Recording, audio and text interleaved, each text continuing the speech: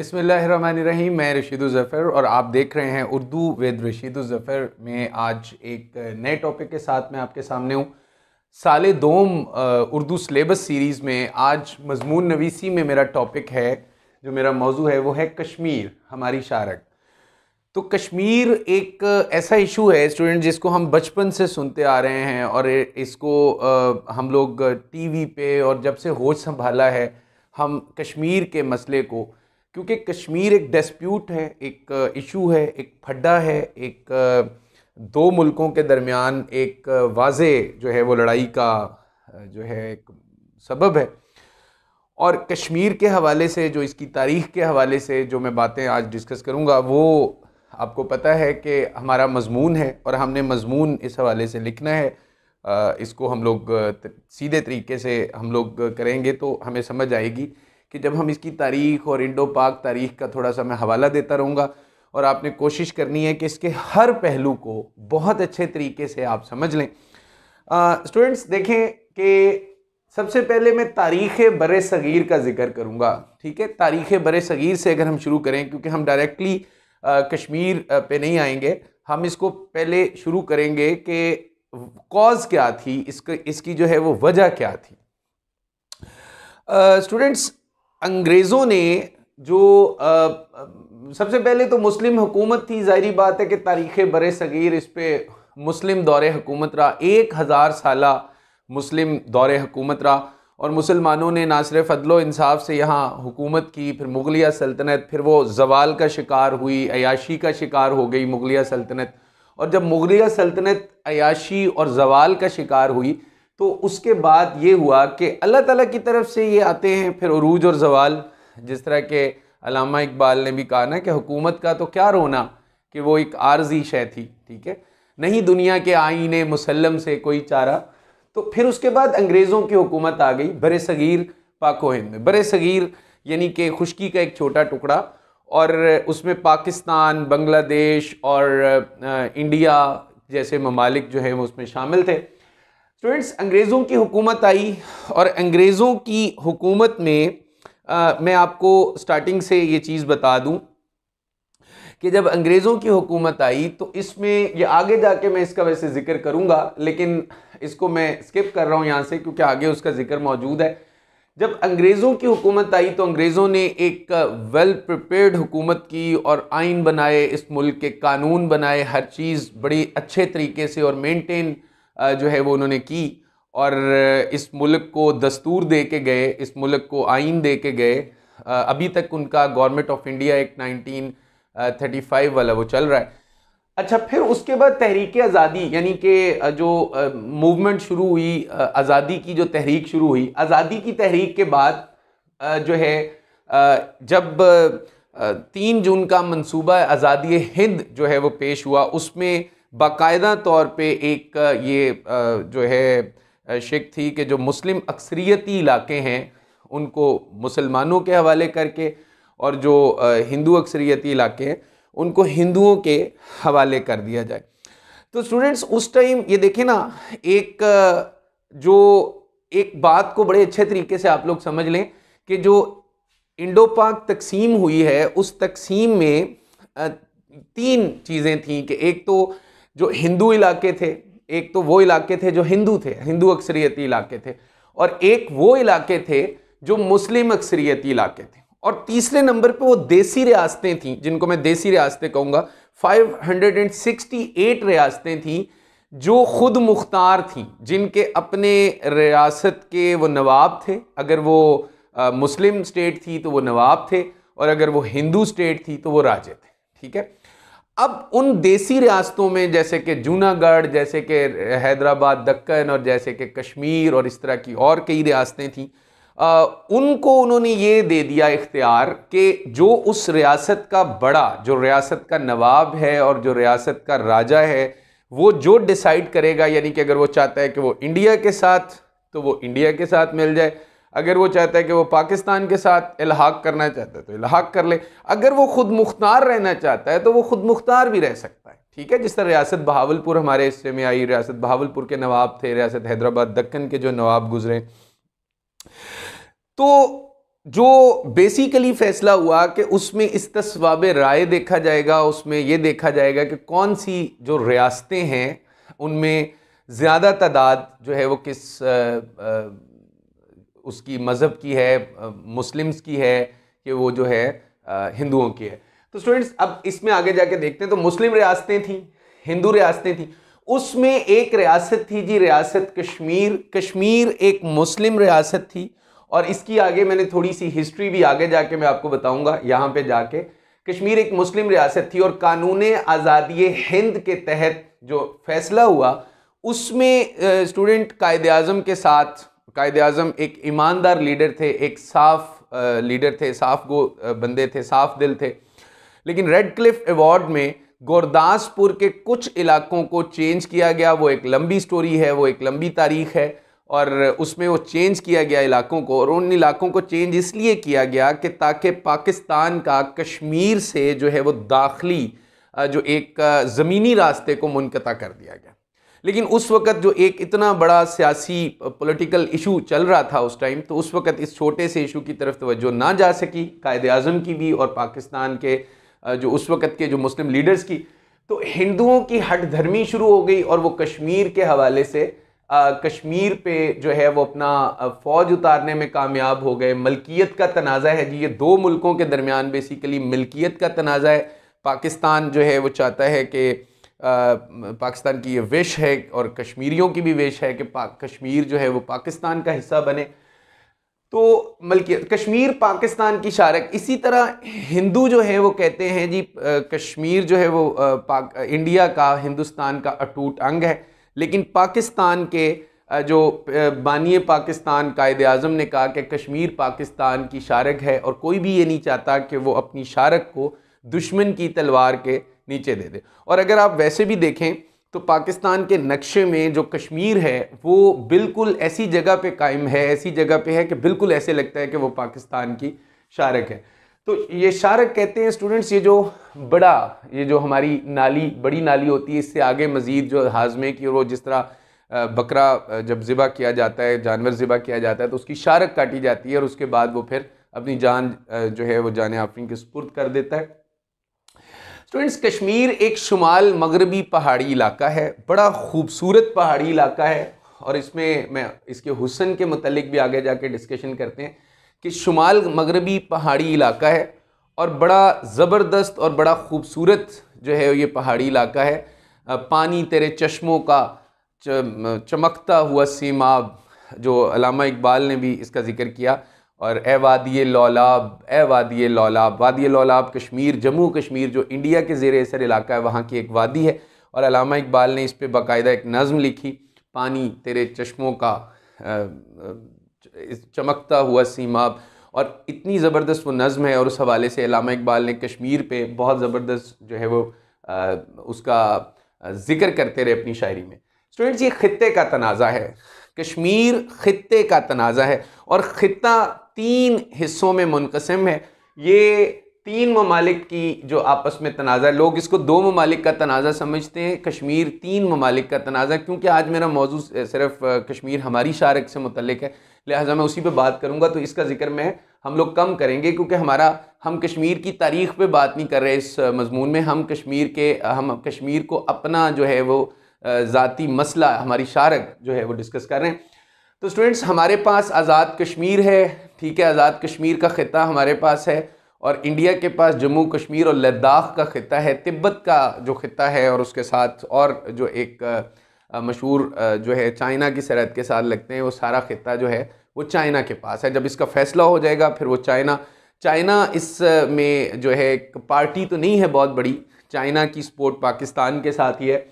तो ये तीनों जौहरी ताकतें भी हैं। पाकिस्तान और इंडिया की बात करते हैं, ये भी जौहरी ताकत है। स्टूडेंट्स 1846 में अंग्रेज़ों ने 75 लाख में इसको फ़रोख्त कर दिया। उस वक़्त की जो करेंसी थी, नानक शाही आई थिंक करेंसी थी, उसमें 75 लाख में फ़रोख्त कर दिया। किसको फ़रोख्त कर दिया? गुलाब सिंह डोगरा को। गुलाब सिंह डोगरा, उसके बाद वो फिर उसकी नस्ल आगे चली है, जनरेशन है, हरी सिंह है, ये सारे जो है वो एक इस तरह के अयाश किस्म के ये राजे थे और अयाश किस्म के ये रईस थे। तो गुलाब सिंह डोगरा को जब ये उन्होंने ये फ़रोख्त किया, और इसी हवाले से अल्लामा इकबाल को जो इतना इस बात पे अफसोस हुआ, मुझे ये शेर बचपन से बड़ा पसंद है, मैं मैट्रिक से ये शेर सुना हुआ है।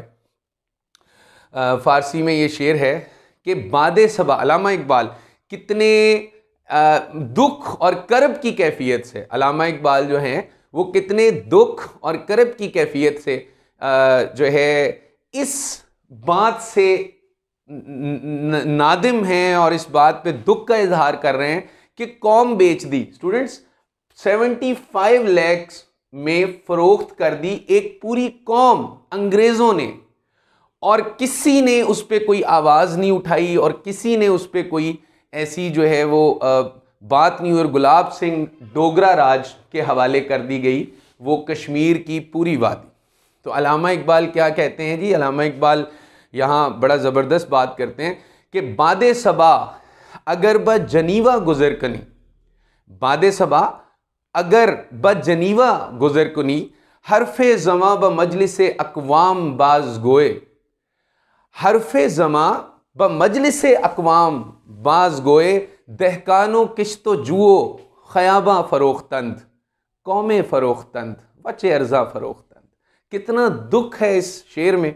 अल्लामा इकबाल कहते हैं अब बादे सबा अगर तू जनीवा जाए, जनीवा जहाँ पे अक़वाम मुत्तहिदा है, अक़वाम मुत्तहिदा का सदर दफ्तर है, जहाँ पे सारे मुल्क बैठते हैं, जहाँ पे सारे अक़वाम जो हैं वो आपस में बैठते हैं और सारी अक़वाम जो है आपस में बैठ के करारदादें पास करती है, अगर तेरा कभी वहाँ से गुज़र हो तो मेरी एक बात मजलिस अक़वाम, अक़वाम मुत्तहिदा को ये पहुँचा देना कि किसान खेतियाँ, नदियाँ, फूलों की क्यारियाँ, बाग जो है वो बेच दिए गए, कौम बेच दी गई, और कितनी सस्ती बेच दी गई। दहकानो किश्तो जुओ ख़याबा फ़रोख्तंद, कौमे फ़रोख्तंद वचे अर्ज़ा फ़रोख्तंद, कितनी सस्ती बेच दी कौम। और ये कितना दुख है और कितना जो है वो अफसोस का ये है बात कि कश्मीर के साथ 1846 से जो जुल्म और ज़्यादती कश्मीर की आवाम से जो स्टार्ट हुई वो अभी तक चल रही है, और उसको दुनिया नहीं समझ रही है, उसको इंडिया नहीं समझ रहा है। इंडिया तो खैर उसको अपने जो है पंजे में लेके बैठा हुआ है ना, कहते हैं ना कि पंजाए जुल्म व जहालत ने बुरा हाल किया, पंजाए जुल्म व जहालत ने बुरा हाल किया, बन के मिकराज हमें बेपरो बाल किया। और उसका अगला फिर वो है कि तोड़ इस दस्ते जफा कैश को यारब जिसने रूह आज़ादी कश्मीर को पामाल किया। अल्लामा इकबाल ख़ुद कश्मीर के थे। अल्लामा इकबाल एक कश्मीर के मुस्लिम बरहमन ख़ानदान से थे, कश्मीरी बरहमन ख़ानदान से थे। अल्लामा इकबाल के दिल में तकलीफ़ होती थी, अल्लामा इकबाल की रूह को तकलीफ़ होती थी, अल्लामा इकबाल की सोच में तकलीफ़ थी कि ये कश्मीर का जो मसला है, कायद के हवाले से कायद आज़म ने जो है कश्मीर का एक दफ़ा विज़िट किया, और तो वहाँ पे जब लोगों ने उनका इस्तकबाल किया तो कायद आज़म ने ये तकरीर में कहा था कि ये लोग कायद आज़म का यानी कि मोहम्मद अली जिन्ना का इस्तकबाल नहीं कर रहे, ये ऑल इंडिया मुस्लिम लीग के सदर का इस्तकबाल कर रहे हैं, इसलिए कि कश्मीरी जो है वो मुसलमानों का अक्सरियती इलाका था, 98% वहाँ पे मुस्लिम्स हैं, ठीक है, उनको दबाया गया, मारा गया, उनकी नस्ल कुशी में मसरूफ़ है जो है हिंदू ताकतें और हिंदू फ़ौज। तो स्टूडेंट्स, गुलाब सिंह डोगरा, स्टूडेंट 1931 में एक वाक़या पेश आया, मस्जिद रियासी में अजान देने पर कत्ले आम हुआ, एक नमाज जुमा पे पाबंदी लगा दी। ये मैं थोड़ा सा वाक़या बता रहा हूँ। और नमाज जुमा पे जब पाबंदी लगी तो उन्होंने अजान देनी शुरू की, नमाज ज़ोहर का वक़्त था, आई थिंक या किसी भी नमाज का था, तो उसमें एक बंदे ने अजान दी, उसको कत्ल कर दिया गया, अब्दुल कदीर नामी एक बंदे ने। तो फिर उसके बाद कहते हैं कि दूसरे बंदा उसकी जगह अजान, तो 22 लोगों ने शहीद हो के वो अजान मुकम्मल की।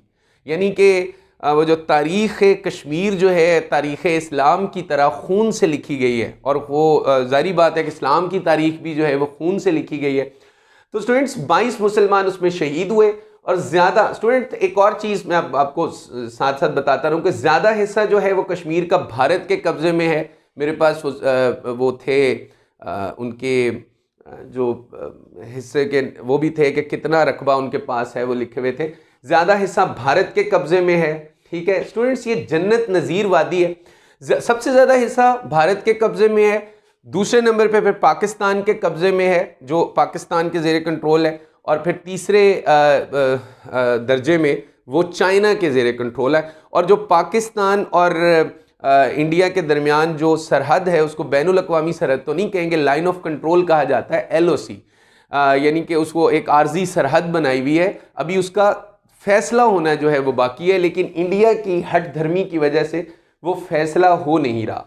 तो जन्नत नज़ीर वादी है, जन्नत नज़ीर वादी, इसको जन्नत कहा गया, इसको जो है वो कहते हैं ना कि बड़े ज़बरदस्त अंदाज में इसको बयान किया गया। और मैं यहाँ अब्दुर्रहमान जामी का एक शेर पढ़ूंगा कि मुकाम खूब रोयां, कश्मीर के ऊपर है, अब्दुर्रहमान जामी का ये शेर है और वो कश्मीर के ऊपर है, क्योंकि कश्मीर जो है वो एक सदी से एक बड़ा शायरों की, और गनी काश्मीरी जो ख़ुद कश्मीर के थे उन्होंने कश्मीर के हवाले से बहुत ज़बरदस्त शायरी की कि मुकाम खूब रोयां आ ज़मीन, मुकाम खूब रोयां आ ज़मी अस्त, और बखूबी रश्क फ़र्दों से बरी अस्त। यानी सभी ने इसको जन्नत नज़ीर वादी से जो है वो इसको इसकी तशबीह दी है, इसकी मिसाल दी है। हुस्न फितरत है, जैसे कि अल्लामा इकबाल ने वादी लौलाब के हवाले से कहा। स्टूडेंट्स, इकबाल की नज़र से ज़रूर इनको लिखिएगा। इकबाल ने कश्मीर को जो बयान किया, इकबाल ने जो कश्मीर के हवाले से बातें कहीं, तो इकबाल तो यहाँ तक वो कहते हैं कि बरेशम कबा ख्वाजा अज़ मेहनतेओ, बरेशम कबा ख्वाजा अज़ मेहनतेओ, नसीबे तनश जामाए तार तारे। अल्लामा इकबाल कहते हैं कि उसकी मेहनत से, यानी कि कश्मीरी ऐसी बदनसीब कौम है कि उसकी मेहनत से जो सरमायादार हैं, जो अमीर हैं, जो कारखानादार हैं, वो तो रेशमी लिबास पहन रहे हैं। किसकी मेहनत से? क्योंकि कश्मीरी लिबास, रेशमी लिबास बड़ा मशहूर है, लेकिन ख़ुद उनके लिबास जो हैं वो फटे हुए हैं, ख़ुद उनके लिबास जो हैं वो उधड़े हुए हैं, ख़ुद उनके लिबास जो हैं वो तार तार हैं। और इसको एक उर्दू में भी उन्होंने इस बात को बयान किया, अल्लामा इकबाल ने इसी मौजू को उर्दू में बड़े अच्छे तरीके से बताया कि उर्दू में वो कहते हैं कि सरमा की हवाओं में उरियां है बदन उसका, सरमा की हवाओं में उरियां है बदन उसका, देता है हुनर जिसका अमीरों को दोशाला। यानी अमीरों को जो चादर पहनाता है, गर्म चादर पहनाता है, वो खुद अपना लिबास उसका सर्दियों में भी उरियां है। तो अल्लामा इकबाल तो इसको बहुत अच्छे तरीके से कश्मीर के हवाले से, कभी इसकी हुस्न की तारीफ़ कर रहे हैं अल्लामा इकबाल, कभी कश्मीरियों के पे होने वाले जबरो इस्तिबदाद की जो है वो बात कर रहे हैं। तो एक जगह पे अल्लामा इकबाल ने दुख और कर्ब की कैफियत में कहा है कि उम्र हा गुल रख्त बरबस्तो कुशाद, उम्र हा गुल रख्त बरबस्तो कुशाद, खाके माँ दीगर शहाबुद्दीन याद। अल्लामा इकबाल कहते हैं सदियों से इस पे फूल खिलते हैं कश्मीर की वादी में, और फूल मुरझा भी जाते हैं, लेकिन आप ये अंदाज़ा लगाएं कि सदियों से इस खाक से फिर कोई शहाबुद्दीन जो है वो पैदा ना हो सका। शहाबुद्दीन जैसा बंदा जो है वो दोबारा इस सरजमीन पे स्टूडेंट्स पैदा होना चाहिए, ठीक है। और इकबाल तो इसके अलावा भी जो है वो स्टूडेंट्स बहुत कुछ जो है वो बयान कर रहा है, बहुत कुछ मतलब इस हवाले से कर रहा है कि अल्लामा इकबाल ने जो दुख था कश्मीर का, अल्लामा इकबाल को जो कश्मीर की एक फ़िक्र थी, अल्लामा इकबाल को जो कश्मीर के मतलब होने का दुख था कि मैं वहाँ पे जो इकबाल हमारे वैसे भी कौमी शायर हैं, और कौमी शायर होने के नाते उनको पाकिस्तान के हवाले से, पाकिस्तान से पहले वो दुनिया से चले गए, लेकिन पाकिस्तान का एक ख्वाब और जो है वो एक तख़य्युल जो है वो जहन में रख के लेके गए।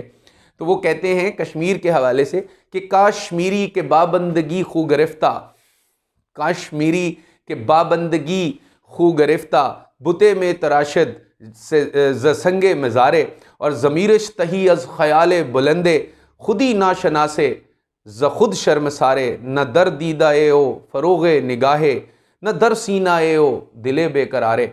अब इसकी आपको वाज़ेह समझ आ रही है कि कश्मीरी ग़ुलाम होकर अपने संगे मज़ार से ख़ुद बुत बनाता है, ग़ुलाम है लेकिन उस ग़ुलामी से ख़ुद को निकालना, मतलब वो एक महकूम कौम होकर रह गए ना उस वक़्त में, ना कोई उन्होंने एफ़र्ट की। एफ़र्ट उनकी 1989 में स्टार्ट हुई जो कश्मीरियों ने फिर हथियार उठाया और असलहा उठाया। तो अफकार इनके जो है अफकार बुलंद से इनका जहन खाली है, ना इनके जहन में अफकार बुलंद हैं, ना कोई बुलंद फ़िक्र है, खुद ही से ये महरूम है और ख़ुद से ये शर्मिंदा हैं, और आँख जो है उनमें ना इनकी बसीरत है और ना इनके दिमाग में, ना इनके दिल में कोई उमंग है। अल्लामा इकबाल तो बहुत अच्छे तरीके से इस चीज़ को जो है वो बयान कर रहा है। तो स्टूडेंट्स, इकबाल की नज़र में भी आपने सुन लिया, अक्टूबर 1947 में दाखिली खाना जंगी शुरू हुई कश्मीर में। दाखिली खाना जंगी स्टार्ट हो गई, जो कश्मीरी लोगों ने कोशिश की, और क्योंकि ज़ाहिरी बात है कि 1947 पाकिस्तान इंडिया आज़ाद हो चुका था और ये एक डिस्प्यूट था, एक मसला था। तो कश्मीर के महाराजा का इंडिया से इल्हाक का जब फैसला हुआ तो ये मशरूत इल्हाक था। बेसिकली ये इल्हाक मशरूत था कि इसमें राय शुमारी और इस्तिस्वाब राय की बात कही गई थी, यानी कि राय शुमारी होगी और इस्तिस्वाब राय होगा। लेकिन क्या हुआ जी, अक्टूबर 1947 में भारत ने फ़ौज कश्मीर में दाखिल की, और जब वो फ़ौज कश्मीर में दाखिल हुई, जनवरी 1948 में भारत की अक़वाम मुत्तहिदा से मदद की अपील। आपने सुना होगा कि भारत इस मसले को ख़ुद अक़वाम मुत्तहिदा में ले गया था। जब पाकिस्तान ने इनका मुकाबला किया 1948 में, पाकिस्तान उस वक़्त एक ज़ाहिरी बात है, इंडिया के पास बजट भी था, सारा कुछ, पाकिस्तान एक नौमौलूद रियासत थी, और उस रियासत के पास ना तो फ़ौज इंडिया ने हमें दी थी, ना दिफा का महकमा हमारे पास था। तो वो उन्होंने अक़वाम मुत्तहिदा से मदद की, पाकिस्तान ने टफ़ टाइम दिया, ज़ाहिरी बात है, और अक़वाम मुत्तहिदा से मदद की अपील की। अक़वाम मुत्तहिदा ने जी 5 फरवरी 1948 को जंग बंदी और राय शुमारी की करारदाद की। इसी 5 फरवरी की करारदाद को लेके हमारे मुल्क में 5 फरवरी को यौम यकजहती कश्मीर मनाया जाता है। ठीक है, ये ज़रूर लिखिएगा, 5 फरवरी यौम कश्मीर है, यौम यकजहती कश्मीर है। हाथों की जंजीर बनाई जाती है और पाकिस्तान हर फोरम पे इसकी आवाज़ उठाता है। हर गली महल्ले कूचों में जो पाकिस्तानी नौजवान हैं वो कश्मीर और फिर कश्मीरी तराने और कश्मीर के हवाले से बातें चलें, एक जज्बा तो आता है, एक कश्मीर के हवाले से एक करारदाद मज़म्मत पेश की जाती है। अक़वाम मुत्तहिदा और सलामती कौंसलों में करारदादें पेश की जाती हैं, और पाकिस्तान में जो इनके अक़वाम मुत्तहिदा के सफ़ीर होते हैं उनको जाके मिला जाता है और जुलूस की सूरत में उनको करारदादें पेश की जाती हैं। तो पाकिस्तान की भारत से, क्योंकि ये हमारी शाहराग है, ठीक है, इस हवाले से इस टॉपिक को हम लेके चल रहे हैं। पाकिस्तान की भारत से 3 जंगें जो हैं हुई हैं कश्मीर इशू पे। 1948 की जंग हुई, उसके बाद 1965 वार हुई, वो भी कश्मीर के मसले पे हुई, और 1971 वाली जो वार हुई वो भी कश्मीर इशू से हुई, और उसके बाद वो पूरे जो है वो महाज़ों पे, पूरे सरहदों पे छिड़ गई।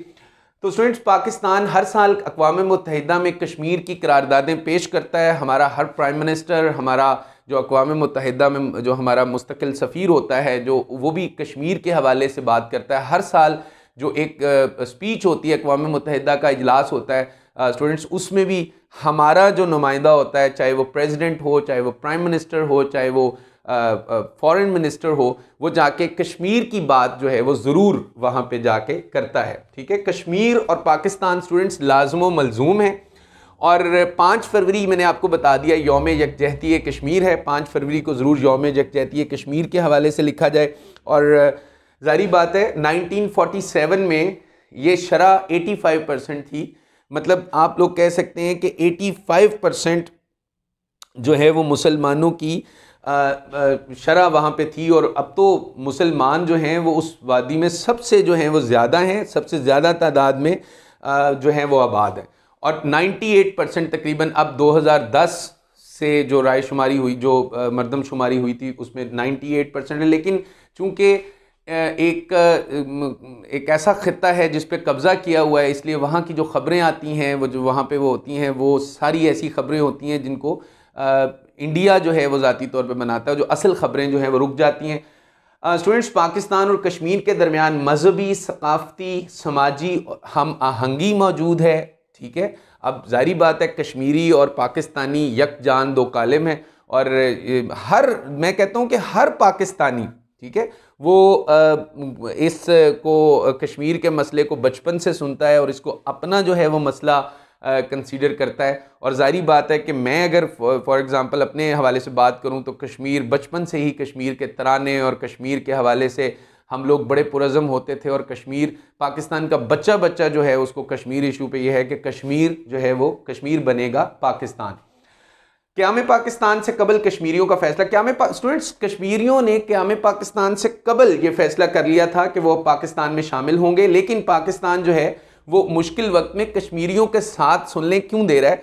वो कहता है कि पाकिस्तान ये नहीं कहता, पाकिस्तान कहता है ये नहीं कि कश्मीरी हमारे साथ मिल जाए, कश्मीर एक मुल्क बन के हमारे साथ इलाहा कर ले। वो कहते हैं कश्मीरी फैसला करें, यानी इंडिया के जुल्म से पाकिस्तान कश्मीर को छुड़ाना चाहता है, इंडिया के पंजे से छुड़ाना चाहता है, और पाकिस्तान कहता है कि कश्मीरी कौम अपना फैसला खुद ले।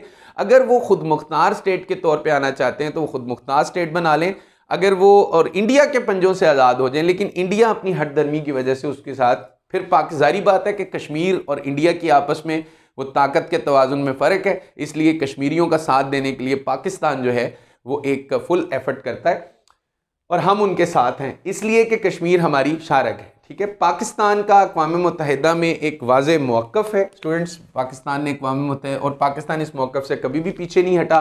कश्मीरी अवाम खुद फैसला करें, ये मौक़िफ़ है जी। कश्मीरी अवाम इस्तिस्वाब राय, यानी अक़वाम मुत्तहिदा उन करारदादों की रोशनी में इस्तिस्वाब राय कराए और हक़ खुद इरादियत का हक़ दिया जाए।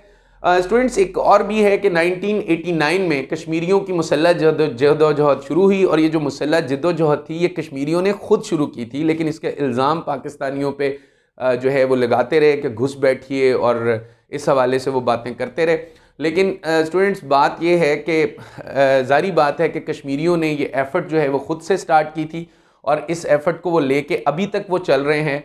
और उन्होंने इसके बाद ही इंडिया ने 7 लाख 7.5 लाख फ़ौज जो है सिर्फ कश्मीर में उतार दी थी, और वो उनका मुकाबला कर रही है। 7.5 लाख फ़ौज को उन्होंने जो है वो अपने कब्ज़े में ले रखा है। लेकिन दुनिया की बड़ी ताकतें बिल्कुल इस पे खामोश हैं, दुनिया की बड़ी ताकतें इस पे नहीं बोल रही, और कश्मीर के मसले को जो है वो एक लोकल मसला लिया जा रहा है। पाकिस्तान ने अक्सर फोरम पे कहा है कि Kashmir is not a local issue, Kashmir is an international issue, Kashmir जो है वो इंटरनेशनल इशू है। तो कश्मीर स्टूडेंट्स एक तो एक इंटरनेशनल इशू है, मतलब लोकल इशू नहीं है, इलाकाई इशू नहीं है, एक ऐसा इशू है जिससे पूरी दुनिया के मुतासिर होने का ख़तरा है, क्योंकि कश्मीर इशू पे 3 वार्स हो चुकी हैं। अब तो ये दोनों मुल्क जो हैं ये एटमी ताकतें हैं। कश्मीर पाकिस्तान की जी सलामती का मसला भी है, कश्मीर पाकिस्तान की जो है वो इस्तेहकाम का मसला भी है। और मैं यही बता रहा हूँ कि वो कौमें इसलिए उठती हैं कि शायर कहता है ना कि गर्म हो जाता है जब महकूम कौमों का लहू, गर्म हो जाता है जब महकूम कौमों का लहू, थर थराता है जहाने चार सुओ रंगो बू, और ज़रबते पहम से हो जाता है आखिर पाश पाश, हाकमियत का बुते संगी दिलो आईना रू। तो स्टूडेंट्स जब कोई महकूम कौम उठ पड़ती है ना, तो फिर उसको रोकना जो है, उसकी ताकत के सामने आना बड़ा मुश्किल होता है। 7 लाख प्रोफेशनल फ़ौज है, पेशावर फ़ौज है, और वो उनके सामने भीगी बिल्ली बनी हुई है। तो इंडिया से मुज़ाकरात का पहला मसला है जी, इंडिया जी देखें हमारी शारक है कश्मीर, और शारक के हवाले से एक चीज़ सुन लें। इंडिया कहता है जी पहले कश्मीर का मसला हल कराओ, कश्मीर से पाकिस्तान दस्तबरदार हो, फिर हम मुज़ाकरात के लिए आएंगे। पाकिस्तान कहता है पहले हम कश्मीर का मसला जो है वो हल कराएंगे, फिर हम मुज़ाकरात करेंगे। ये दोनों जो मुल्कों में एक टकराव है। तो पाकिस्तान का ये उसूली मौक़िफ़ है। पाकिस्तान अपनी आज़ादी के लिए पुरअज़म है, कश्मीरियों के लिए आज़ादी के लिए पुरअज़म है। पाकिस्तान ने अपना मुल्क जो है वो आज़ाद करवाया मुस्लिम लीडर्स के हवाले से, लेकिन उस वक़्त कायद आज़म की आंखों में, उन्होंने कायद आज़म एक शरीफुन नफ्स और एक अदल इंसाफ वाले एक लीडर थे, लेकिन रेड क्लिफ और वो जो उस वक़्त के जो इंडियन लीडरशिप थी, और उन्होंने अंग्रेज़ों के साथ जो एक गट्स जोड़ करके जो एक रेड क्लिफ अवार्ड में जो एक बेइंसाफ़ी हुई हमारे साथ, पाकिस्तान के साथ, उसकी वजह से कश्मीर जो है वो हमारे हाथ से निकला। पाकिस्तान के लिए ज़िंदगी मौत का मसला है। कश्मीरी क़यादत और अवाम का पाकिस्तान पर कश्मीरी क़यादत और अवाम का पाकिस्तान पर पूरा एतमाद है। ठीक है, कश्मीरी क़यादत और अवाम जो हैं वो पाकिस्तान पर जो है वो एतमाद, उनका पाकिस्तान पर एतमाद है। ठीक है, वो एतमाद करते हैं। किस हवाले से एतमाद करते हैं कि पाकिस्तान जो है इस जन्नत नज़ीर वादी के हवाले से बेहतरीन अंदाज में हर फोरम पे आवाज़ उठा रहा है। पाकिस्तान ने एक कश्मीर की कायमा कमेटी भी बनाई हुई है, पार्लियामेंट में भी कश्मीर के हवाले से करारदादें आती हैं और हमारे स्कूल्स, कॉलेजेस और यूनिवर्सिटीज़ में कश्मीर के हवाले से प्रोग्राम्स होते हैं। कश्मीर कॉज को एक फ़ॉरेन ऑफिस में बड़ा अहम रोल है। और हमारे देखें हमारे सिलेबस में जो मज़मून में कश्मीर का बाकायदा ये मज़मून शामिल है। हमारे निसाब में कश्मीर का जो है वो सारा निसाब में मज़मून शामिल है। कश्मीर एक आगे जाके एक सब्जेक्ट के तौर पे भी उसको कश्मीर के हवाले से मुख्तलिफ़ कश्मीर पे हमारे मुसन्निफ़ों ने, हमारे शायरों ने किताबें लिखी हैं।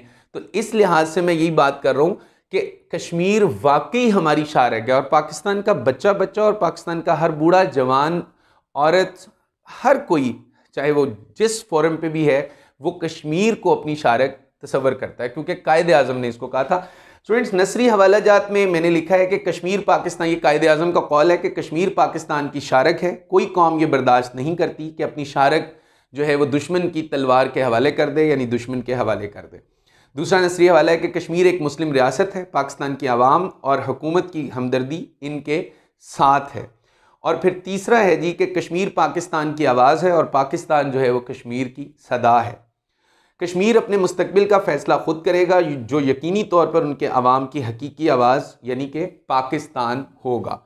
तो इसके बाद मैंने स्टूडेंट्स बड़े यूनिक शेरी हवाला जात लिखे हैं और अक्सर स्टूडेंट्स कहते हैं कि सर कश्मीर के हवाले से कुछ अशार जो हैं वो कम मिलते हैं, मशहूर अशार आ जाते हैं, लेकिन मैंने कुछ आपको लिखे हैं। ये तो मशहूर है, याराने जहाँ कहते हैं कश्मीर है जन्नत, जन्नत किसी काफिर को मिली है ना मिलेगी।